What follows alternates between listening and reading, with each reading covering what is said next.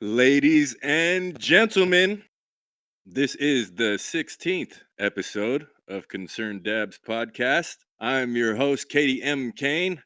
Missing tonight is my co host, Will Terps. He's on his way back to Oregon, folks. Believe the shop he's working at, Natural Wonders, is opening up sometime soon. And I'm really excited to hear that. Shout out to Jackson. Shout out to Hannah. Um, Man, hopefully I can get him back on the show in the next few months after he opens to see how it's been going, because that's just a huge obstacle to get through, having to change your location and still remain compliant, do all the remodels and everything like that. So really proud of my guy for doing that, and hopefully Will can book some more guests from Oregon. That's what I'm hoping anyway, when he gets back there. I lean on him a little bit. He works at that magazine, so we could get him to book some guests. So it's not just me and it's not just Will. But I'm gonna get down to the business tonight, I guess. I had a couple of topics that I wanted to talk about. Um, I have friends and colleagues that message me sometimes that have listened to the show and they have suggestions, and sometimes I'm like, yeah, whatever. And sometimes I'm like, all right, yeah, that seems like relevant information. So first on the agenda is how to pass a drug test. Now, this could be um, a pre-screening for employment. Like you have to take a drug test before you work at the casino or something, or it could be you are on probation. Maybe you got a DUI or something, and you had a fun weekend with your bros where you smoked some blunts, and your PO hits you with the hey, come take a urinalysis on Monday. So if these things happen to you, you don't have to fret. Don't fret, friend. Like you can still pass a drug test even though you smoked. I wouldn't suggest drinking water to do it like that. I have a friend in high school who had really high metabolism. He could pass a drug test in like 2 days just from running and drinking water. You could clean a system like that. I cannot do that. I wouldn't recommend anyone else do that. You can go to a head shop. You can purchase synthetic piss, which costs like anywhere between 20 and $50. I've seen this work in certain cases, but one of my buddies worked at FedEx in Portland, and he told me that he brought the synthetic piss in to take his UA. He poured it in the bottle at the right time, and they still called bullshit. And they said that this was not real urine because it was not bubbling and foaming. And I'm just like, no way, dude. They said that to you. He's like, yeah, bro. They made me come back. And so coming back, he knew that wasn't going to work. Right. And so this is my tried and true method for passing a drug test is you got to get some clean piss from somebody in your circle, and you have to smuggle that clean piss in with you and pour that in the test cup. Um, I know that sounds like a daunting task, uh, but it can be done. Um, the main thing you got to worry about is temperature. The urine that you're going to pour into the cup has to be 98.6 degrees. If it's less than that, you should be dead. If you're a live human being, the fluids coming out of you should be that temperature. You know what I mean? And if it's higher than that, like 100 or 101, then that means you have a fever. You're running a temperature, and you should be sick. So, um, you can use heating pads. They have the hand warmers for when you go skiing. You can wrap those around a container and get it up there. But before you pour it in that cup, if you want to pass that drug test, you got to make sure the temperature is 98.6. That's why they put the temperature strip on the side of the cup that they give you. It's it's begging you to just hit it right there in the middle. Like there's a strip and everything. You can see it change color when it's the right temperature. So that's the main thing you got to worry about. The other thing is a container. Um, Sunny Delight used to make these little single. They were like four ounce juice bottles, right? And so it was perfect. You know what I mean? Like you could rinse that out with soap and water, make sure it's good. Have your homie pee his clean pee into the bottle, smuggle that in there, and Make sure it's the right temp, pour it in. I've also seen I've used a condom before because I couldn't find one of those containers and I couldn't find a film canister or anything. So went with non-lubricated because I don't know if they can detect those things in a lab test too. But my homie peed in it, tied a knot, and I smuggled that in my tidy whities. And I wouldn't recommend this to anybody. Like, you can use a condom or like a water balloon or something, but it is extremely difficult to puncture the condom once you have it in the bathroom and there's someone standing on the other side of the stall. Like, it's quiet. You know what I mean? Like, you could hear a pin drop and you're sitting there with a balloon full of piss trying to break it quietly. You know what I mean? And unless you have like a thumbtack or a safety pin or something, it's gonna be really tough to do, and that was the hardest part. I was scared shitless. I thought for sure, like, my PO is gonna hear this, and she's gonna violate me, and I'm going to fucking jail.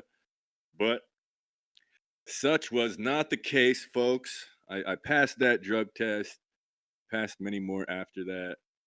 Um, it's not an impossible thing. The main thing is temperature. You have to make sure the temperature is correct when you pour it into the cup.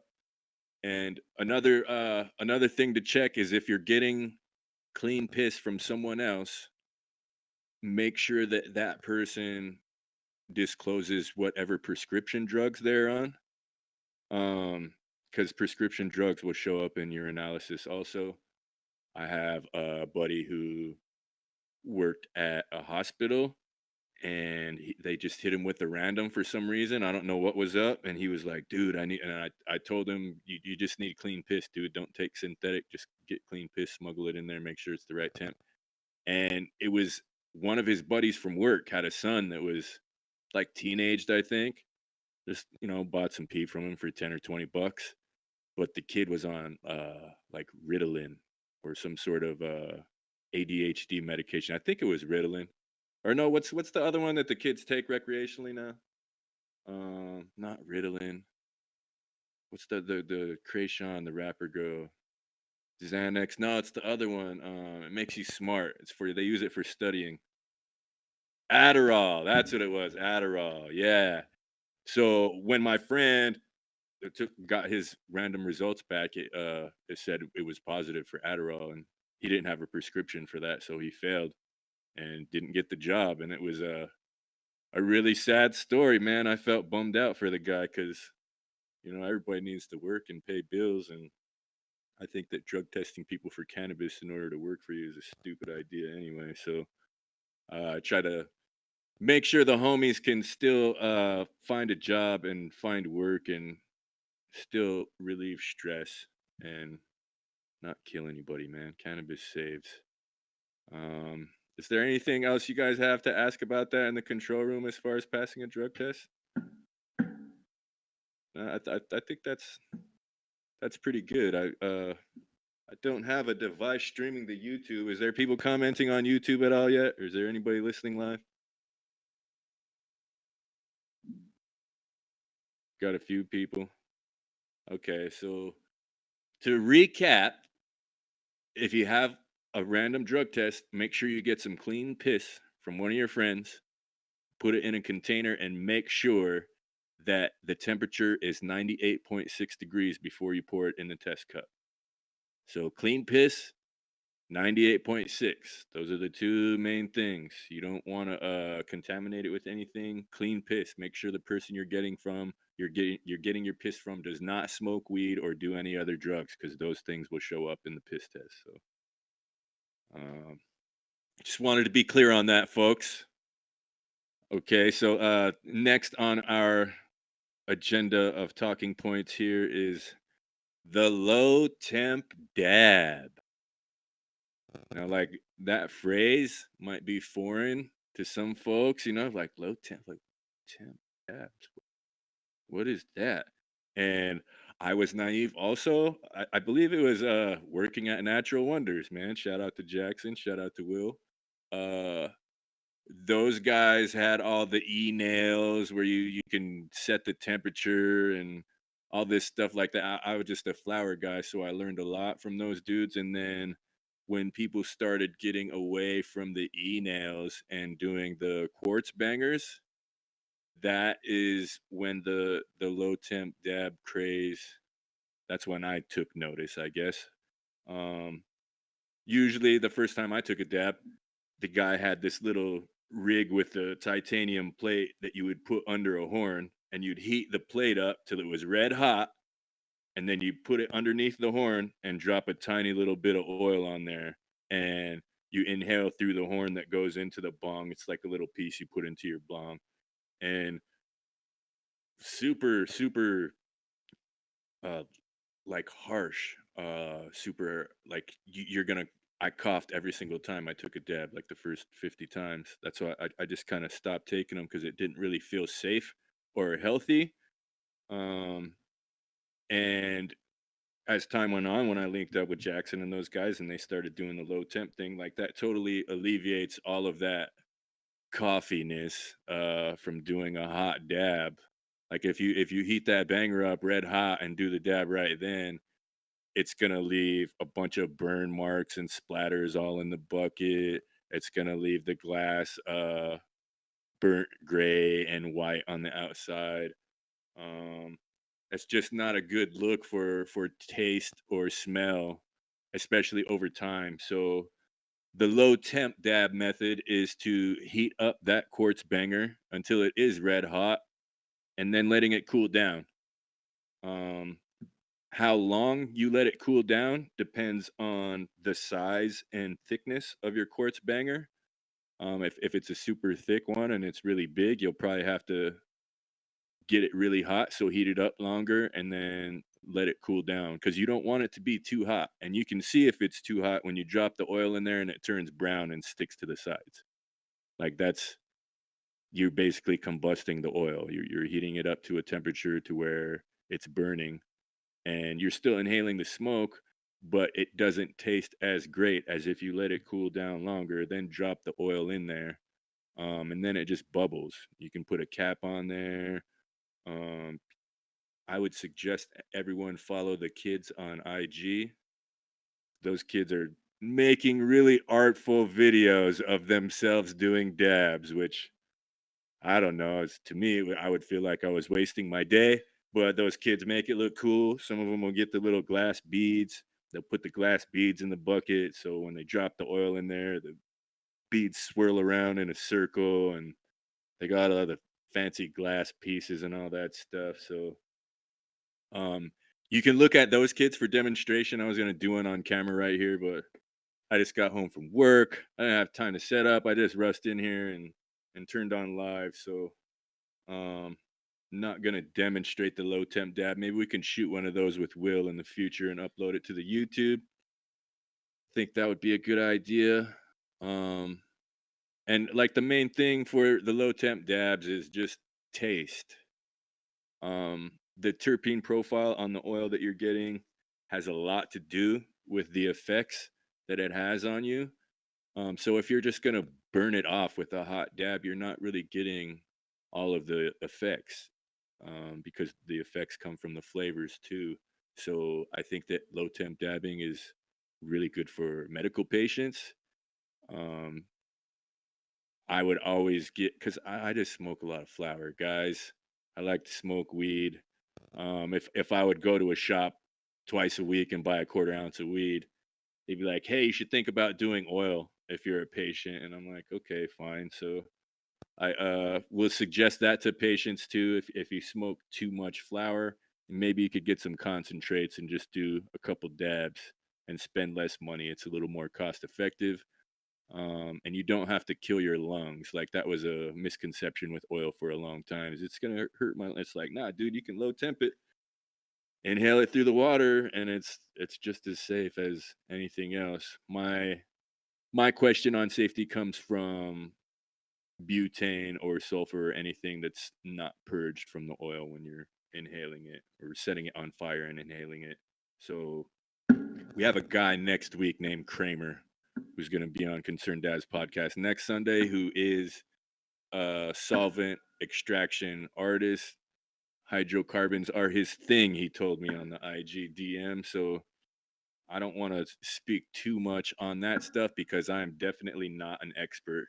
So when we have the expert on the show, I'll try to have some loaded questions ready, and I hope the rest of you guys can tune in to. That's going to be next week. That's the 11th, right? August 11th. Yeah, Kramer on Concerned Dabs podcast, episode 16, coming up next week. I don't know what else I have to add on low temp dabs. Um, I guess yeah. I mean, if you're a cartridge person too, you can get the batteries that have three different temperature settings. So like, there's a low, medium, and high. The low temp setting on a cartridge battery will have it taste the best and last the longest, and the high temperature will get it the smokiest and puffiest, and it'll disappear your oil at the fastest rate. So um, whatever floats your boat on that. I'm not much of a cart guy either, unless I'm in the car. I try to keep one in the glove just in case traffic gets bad and I feel like screaming. I don't have to scream. I can just grab my pen, take a couple pulls off that, and hurry up and wait. No issue, no problem. Um, moving on, folks. How to clean your bong. Damn, man, I really wanted to do a demo on this one, but I couldn't set up the shot with my computer properly, so maybe we can shoot this one and edit it too with one we do with Will on the low temp dabs. Um, there are many different products that you can use to clean your bong. I personally just use boiling water and rubbing alcohol and Epsom salt. Um, Most of the products you can buy at a head shop, it's alcohol and Epsom salt, and they put some food coloring in there to make it green or make it blue or whatever. But it's basically what it is. You know, you can buy those things for less than $10 at Walgreens, and I suggest 91% alcohol because the 70% doesn't kill everything, and it's if you want to clean and disinfect, why not do it all the way? You know what I mean? So 90% alcohol, Epsom salt, and boiling water. So what I like to do when I'm cleaning my bong, I like to run hot water through it first, just so that the glass is warmed up. If you mix hot and cold temperatures in glass, it's really easy for it to fracture and break. I've seen this happen many times before. Just filling up a bong, it's like if you smoke on a bong for like an hour, like it's hot. It's not super hot, but it's hot. And then some guys really like to keep it clean, so they pour out the water and then they want to smoke some more. Just that cold water going in there can make it crack and break in the sink. Like, I've seen it happen. I'm like, dude, how did you do that? He's like, it literally broke in my hand when I was pouring the water in. I'm like, okay, duly noted, duly noted. So that's my first step, is to run warm hot water through the bong. And while I'm doing that, I have a pot of water that's boiling on the stove. So I just leave the bong sitting in the sink after I run the hot water through there. Okay, the glass is heated up. I don't like to touch it when I'm pouring the boiling water on there because I will burn myself. So I just slowly pour the pot of boiling water through the stem. And it slowly bubbles up, bubbles through. I pour the whole pot until it's done.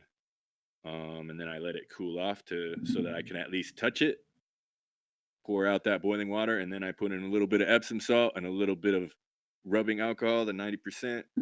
Shake it around. The salt grinds will help get off the resin that's on the walls of the bong.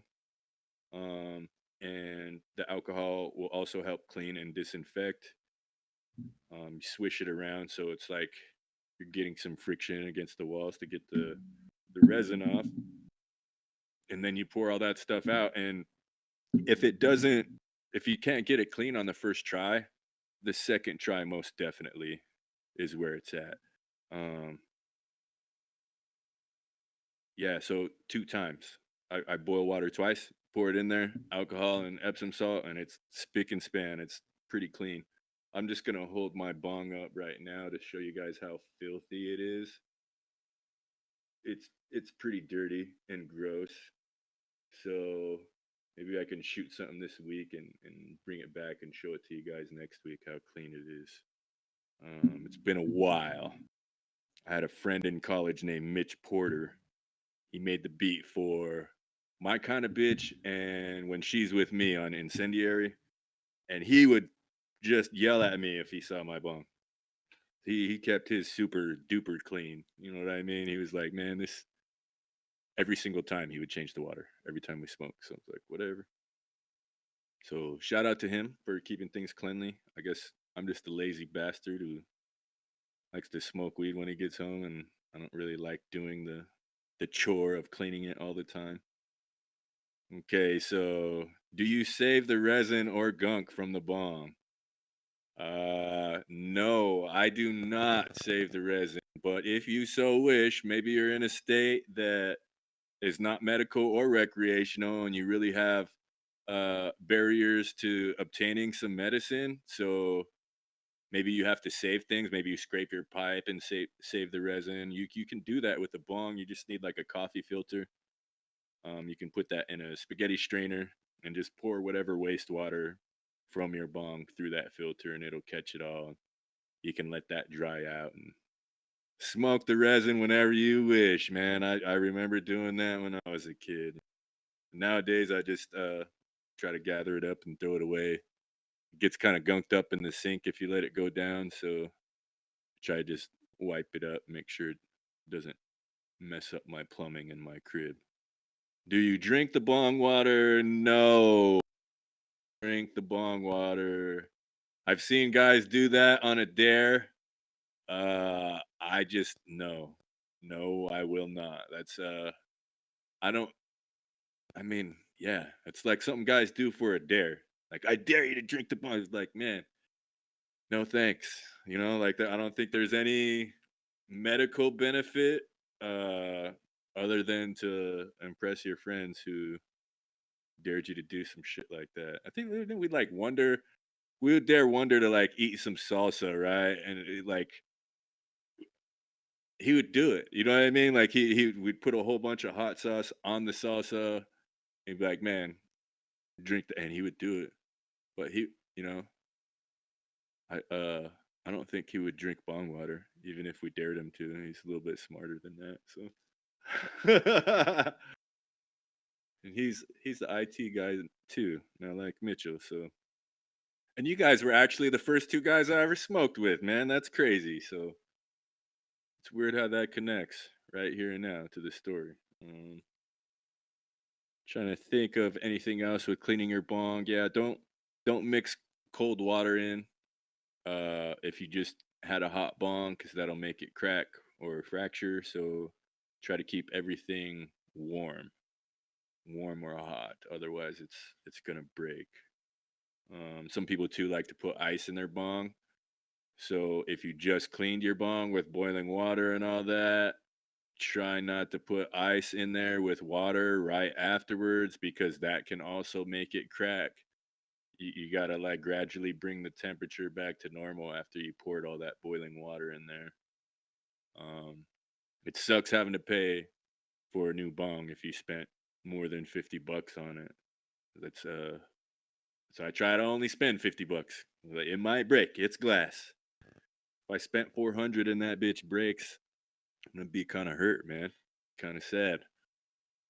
I don't like feeling that way. Um, about how long do you wait normally after pouring the boiling water in?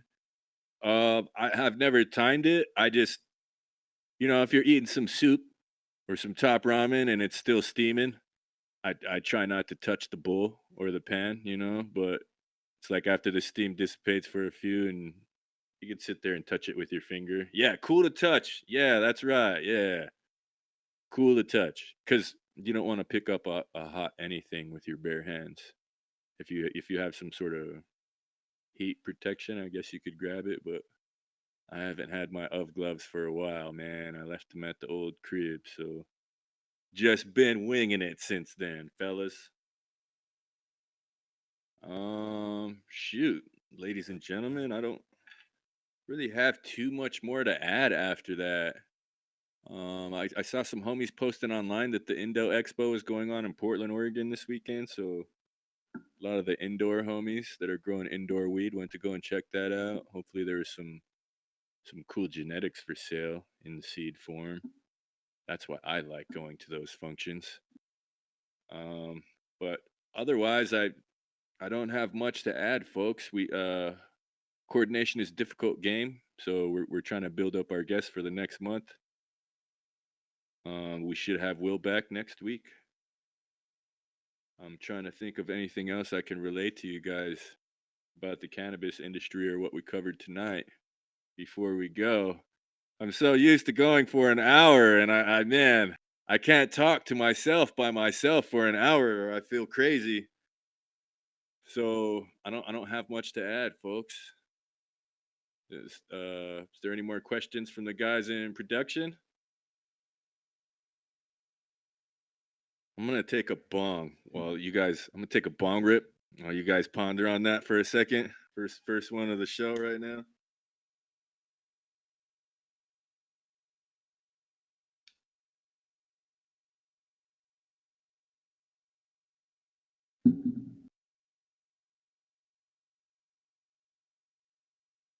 All right. So it's decidedly so, I guess, folks. That's all we had to cover today. Real quick episode, 26 minutes. I got should have Will back next week. We got Kramer PDX on IG as our guest next Sunday. He's going to be talking to us about solvent extraction, and I really I'm excited. I know Will's going to have some good questions for him, and I will too. Me and Will just covered that topic. I think it was episode 3 or 4 or something, and I feel like we did okay. But it's better when you got a guy who does it that you can bounce stuff off of, you know. So hopefully you guys can tune in next week for that. I'm not gonna share this episode on social media too much. I might send it to the homies who asked me to talk about how to pass a drug test. Um, Hopefully they can share it with their friends and it helps somebody in the future. But other than that, folks, I'm gonna go ahead and do my outro dance. This was the 16th episode of Concerned Dabs podcast. I was your host, Kady M. Kane. Missing tonight was my co host, Will Terps. He'll be back next week. I got to give a shout out to my guys in production, Mitchell Wilson and Jesse Curry. This has been a Main Node and Joseph Street Enterprise production.